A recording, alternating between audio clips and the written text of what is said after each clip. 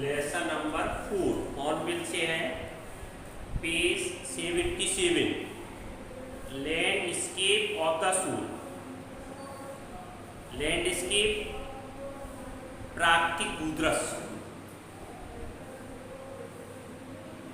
Soul आत्मा, इसका मतलब है आत्मा के प्राकृतिक भूदृश्य, परिदृश्य, अंडरस्टैंड, सीनरी, नेचुरल सीनरी कह सकते हैं। और ये मैथिली ट्रूराय का लेसन है। यहाँ पर आप लोग देखेंगे कि जो राइटर है मैथिली ट्रूराय, उसने इस लेसन में कला के विषय में चीन की दृष्टिकोण और यूरोप की दृष्टिकोण से तुलना की। द व्यूज ऑफ यूरोप और द व्यूज ऑफ चाइनीज। यहाँ पर एक चाइनीज का एग्जाम्पल दिया है, चाइनीज पेंटर का। पहले पैराग्राफ में जो लेखक है बताती है कि एक अद्भुत, अ वंडरफुल ओल्ड टेल, एक अद्भुत प्राचीन कहानी, स्टोरी टेल इस story is told about the painter, painter के बारे में कही जाती है। गुदाओजी, क्या नाम है, गुदाओजी। गुदाओजी चाइनीज पेंटर है, उसके बारे में एक अद्भुत कहानी कही जाती है। Who lived in the 8th century, जो 8वीं शताब्दी में रहता था। His last painting was a landscape commissioned by the Tang Emperor Xuanzong। क्या नाम है, जुआनजोंग। कहता है कि उसकी जो अंतिम जो चित्र था, पेंटिंग माने चित्र या चित्रकारी थी, वो एक लैंडस्केप, एक प्राकृतिक भूदृश्य था, कमीशन बाय द तंग एम्परर जुआनजोंग। एक तंग सम्राट जुआनजोंग की आदेश पर उसको तैयार किया गया था। कमीशन इसमें और ऑर्डर्ड स्पेशली, आदेश दिया जाना। तंग जुआनजोंग सम्राट के आदेश से उस जो पेंटिंग जो भूदृश्य बनाया गया था वह उसकी अंतिम चित्र था। किसलिए आदेश दिया गया था? To decorate a palace wall, palace wall, महल की दीवार को सजाने के लिए जुआनजोंग जो कि सम्राट थे, उन्होंने गुदाओजी को आदेश दिया था लैंडस्केप तैयार करने के लिए, भूदृश्य, इस पर महलों की दीवार पर।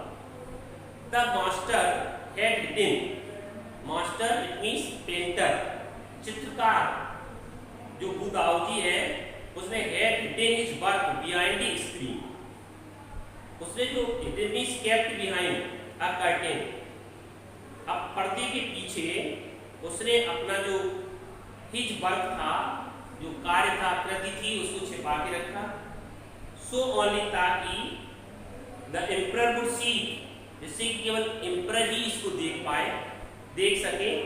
फॉर ए लॉन्ग वाइल, काफी समय तक, the emperor admired the wonderful scene, बादशाह ने उस अद्भुत दृश्य की प्रशंसा की। डिस्कवरिंग फॉरेस्ट, यह खोजते हुए क्या पाया उन्होंने, क्या खोजा? फॉरेस्ट, जंगल पाए। हाई माउंटेन, ऊंचे ऊंचे पर्वत, वाटरफॉल, झरने। क्लाउड्स फ्लोटिंग, तैरते हुए बादल। इन एन इमेंस स्काई, विस्तृत आसमान में तैरते हुए बादलों का दृश्य था। मेन ऑन हिली पाथ, और पहाड़ी रास्ते पर चलते हुए व्यक्ति, पगडंडियों पर चलते हुए व्यक्तियों का दृश्य था। बर्ड्स इन फ्लाइट, और उड़ते हुए पक्षियों का दृश्य था उस सीनरी में, उस लैंडस्केप में। जो इनलैंड सीनरी बनाई गई थी, जो अंतर्देशीय जो सीनरी बनाई गई थी, उसमें ये सब दृश्य थे। तो लैंडस्केप का मतलब painting of a countryside, understand, या रूरल सीनरी, या a portion of a land which one can viewed at a single glance. यहाँ पर आप लोग देख रहे होंगे कि सबसे पहली बात तो ये आ रही है कि जो पेंटिंग थी, चित्रकारी थी, वो उसमें क्या था, ऊंचे पर्वत, तैरते हुए बादल, झरने, उड़ती हुई चिड़िया और पगडंडियों पर चलती हुई लोग, ये सब पाया उस चित्रकारी में, उस पेंटिंग में। किसने बनाई थी? बु दाऊजी। बु दाऊजी कौन था? Was a Chinese painter. This story was told about the Chinese painter Wu Daozi. Wu Daozi was ordered to decorate the wall, understand, with the landscape. His last painting was the landscape, especially ordered by the Tang Emperor Xuanzong to decorate the Paris wall. Understand? इसके बाद क्या हुआ? उस look sir, जो sir लिखा है SIRE, ये एक तरह से सम्मानी शब्द है, respectful form of the address है, किसी को संबोधन करना है, महान भाव, महाशय, महाराज, इस तरह बोलेंगे। राजा से कहा उसने, सेड द पेंटर, चित्रकार बोला महान भाव या महाराज। In this cave at the foot of the mountain, ये जो माउंटेन है, फुट माने तलहटी, पर्वत की तलहटी में, इस गुफा में जो चित्र बने हुए हैं, बताया उसने कि पर्वत की तलहटी में ड्वेल्स ए स्पिरिट, एक आत्मा रहती है। स्पिरिट माने सोल, ड्वेल्स माने lips. The painter clapped his hands, तो पेंटर ने तालियां बजाई, अपने हाथ ऐसे दोनों करके क्लैप किया। And the entrance to the cave, और जो केव माने गुफा का जो प्रवेश द्वार था, ओपनेड, खुल गया। द इनसाइड इज स्प्लेंडेड, जो अंदर के दृश्य थे वे बड़े शानदार थे। Beyond anything words can convey, कहता है लेखक नेथली ट्रूब्राइट, बताती है कि जैसे ही वो गुफा में प्रवेश किया तो क्या हुआ? पेंटर ने जैसे ही गुफा में प्रवेश किया तो इसके पहले की line, the inside is splendid, दृश्य बड़ा शानदार है। Beyond anything words can convey, और शब्दों में उनका वर्णन करना, कन्वे करना, इट मीन्स कम्युनिकेट करना, शब्दों में वर्णन करना परे है, मतलब there be no words to convey in the words that can not be convey, शब्दों में उसको कन्वे नहीं किया जा सकता, संप्रेक्षित नहीं किया जा सकता, उसका कम्युनिकेट नहीं किया जा सकता। Please let me show your majesty the way, let me show, मुझे दिखाने दो, क्या दिखाने दो? Your majesty the way, majesty भी एक रिस्पेक्टिंग वर्ड है, रिस्पेक्टिंग भी है for saying you to the king. राजा से आप तुम कह के बात तो करोगे नहीं, इसलिए मजेस्टी कहना पड़ता है। मजेस्टी का मतलब यहाँ पर श्रीमान है, कह रहा है कि मुझे अपने श्रीमान को कुछ रास्ता दिखाने दो, रास्ता बताने दो, रास्ता दिखाने दो। The painter entered the cave, जो पेंटर था, वो चित्रकार था, वो entered the cave, cave means गुफा में उसने प्रवेश किया। But the entrance closed behind him, लेकिन जो प्रवेश द्वार था वो एकदम बंद हो गया। And before the astonished emperor, और वो आश्चर्य जो बादशाह था, कुड मूव, मतलब वह आश्चर्यचकित बादशाह कुछ कह सकता, कुछ एक भी शब्द बोल सकता, या वो मूव कर सकता, हिल सकता, उसके पहले ही उस गुफा का गेट बंद हो गया। The painting had वेनिश्ड from the wall, और जो चित्रकारी थी, चित्र थे, वे भी दीवार से अदृश्य हो गए। नॉट ए ट्रेस ऑफ बु दाऊजी, दाऊजी ब्रुश, तो बु दाऊजी जो पेंटर हैं, उनके ब्रश से जो निशान थे शेषान, अब शेष नहीं बचे थे, क्या मतलब it means that the trace, it means marks were also disappeared, marks भी अदृश्य हो गए थे, and the artist was never seen again in this world, और जो आर्टिस्ट था वो भी फिर कभी इस दुनिया में पुनः दिखाई नहीं दिया। इट मीन्स इमेजिनेबल टाइप का था ये जो चाइनीज पेंटिंग है, समझ रहे होंगे। इमेजिनेशन जानती हैं आप लोग, कल्पना, काल्पनिक। तो पहला क्वेश्चन इस पैराग्राफ पे किया है मैंने, what wonderful tale is told about the Chinese painter Wu Daozi. वु दाओजी जो चाइनीज पेंटर है उनके बारे में कौन सी अद्भुत कहानी कही जाती है। तो a wonderful old tale is told about the painter Wu दाओजी।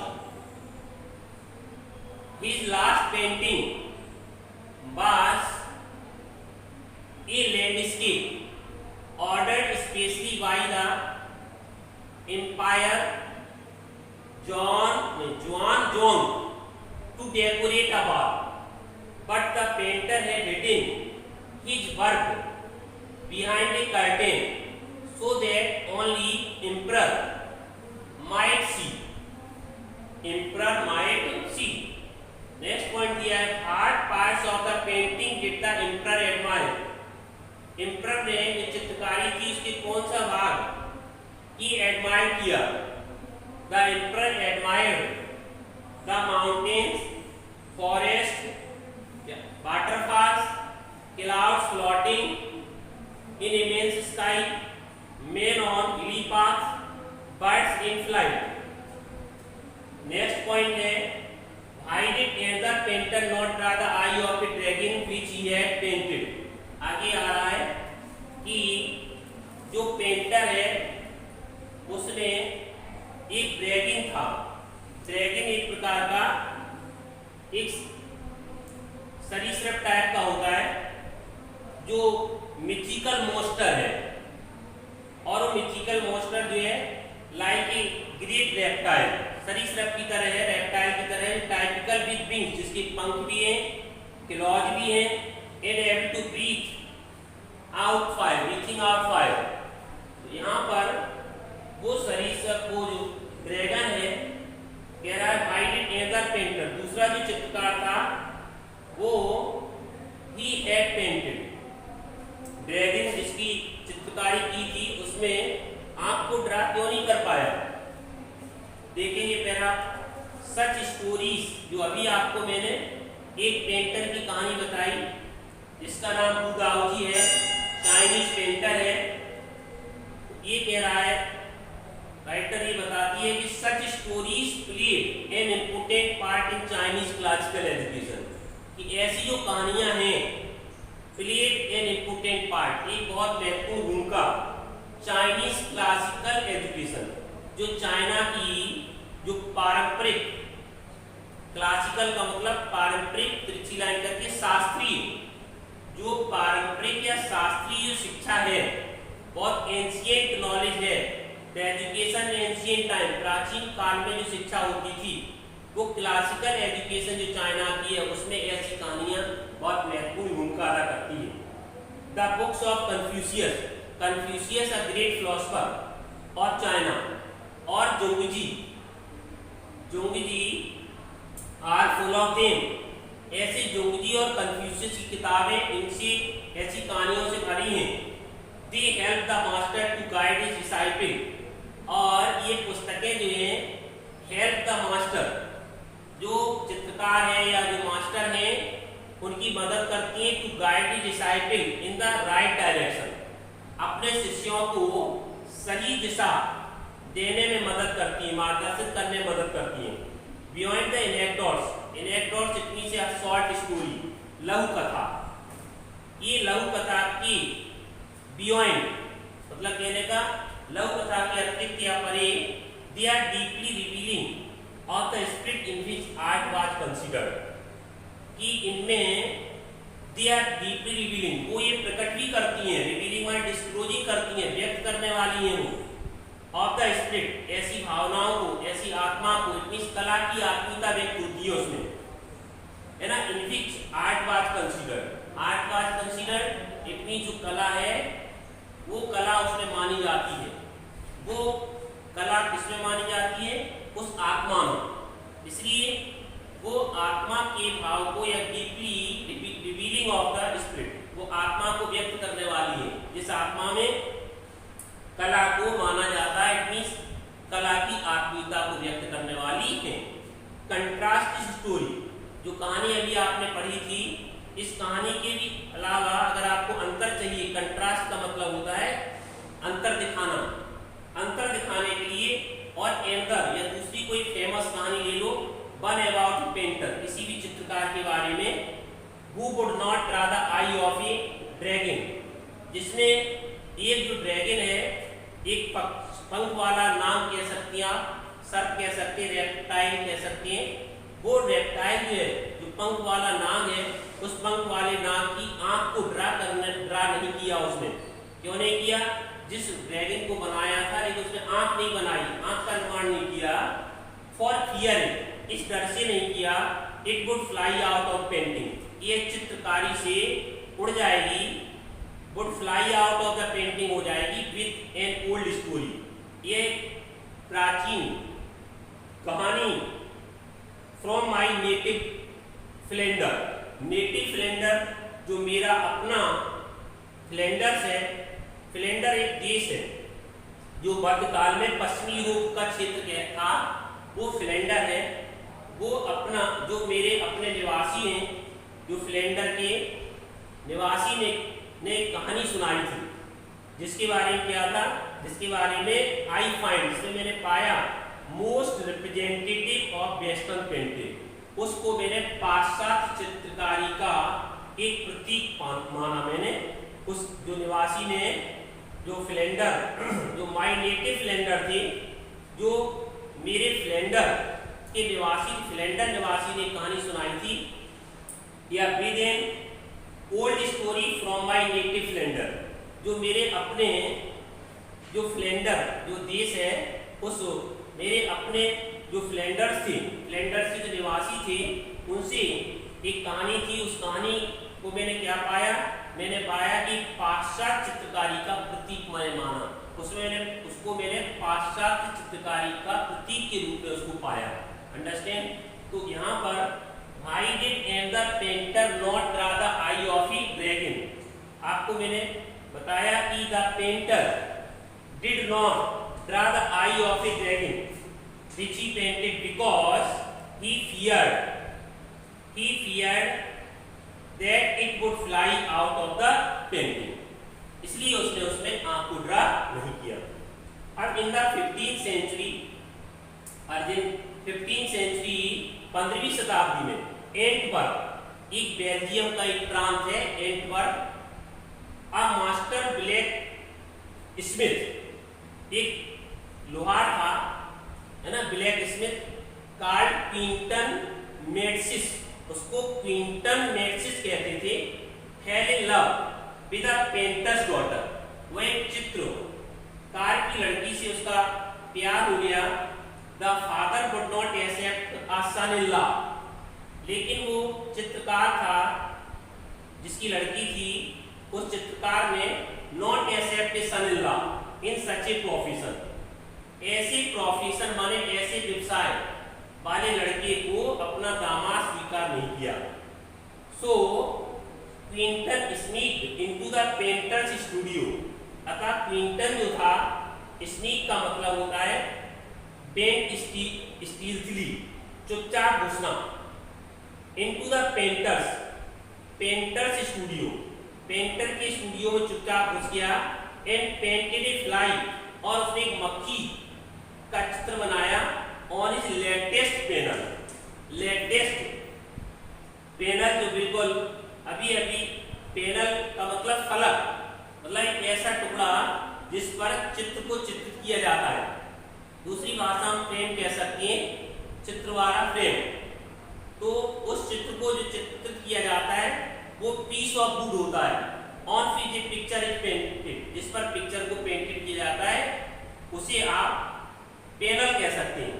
और जो लेटेस्ट, जो सबसे अभी अभी नवीनतम जो फलक था उस पे उस ताजा लिख सकते हैं आप लोग, है ना, उस मक्खी का चित्र उस ताजे क्या कहते हैं फ्रेम पर उसने बनाया, फलक पर बनाया, विद सच डेलिकेट रियलिज्म, जिसमें डेलिकेट का मतलब होता है वास्तविकता, और नहीं, डेलिकेट रियलिज्म का मतलब होता है वास्तविक सूक्ष्म।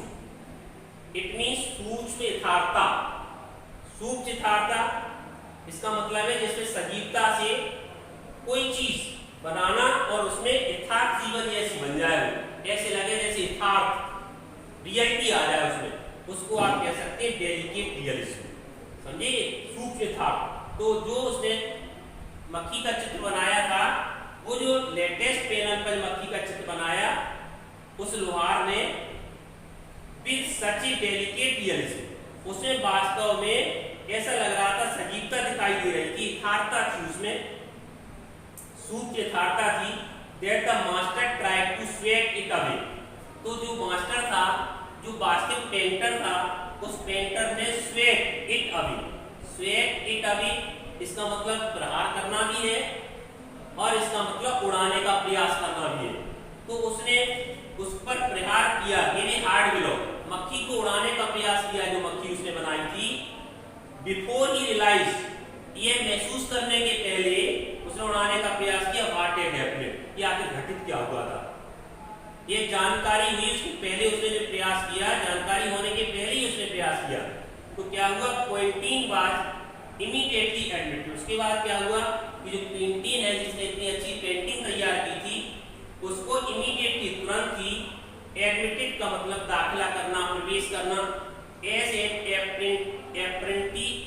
Apprentice into his studio. Apprentice का मतलब होता है प्रशिक्षण, प्रशिक्षण का मतलब ट्रेनीज, ट्रेनीज जो ट्रेनिंग पाते हैं वो प्रशिक्षु कहलाते हैं। उसको प्रशिक्षण या प्रशिक्षु के तौर पर उसको स्टूडियो में प्रवेश मिल गया, दाखिला मिल गया।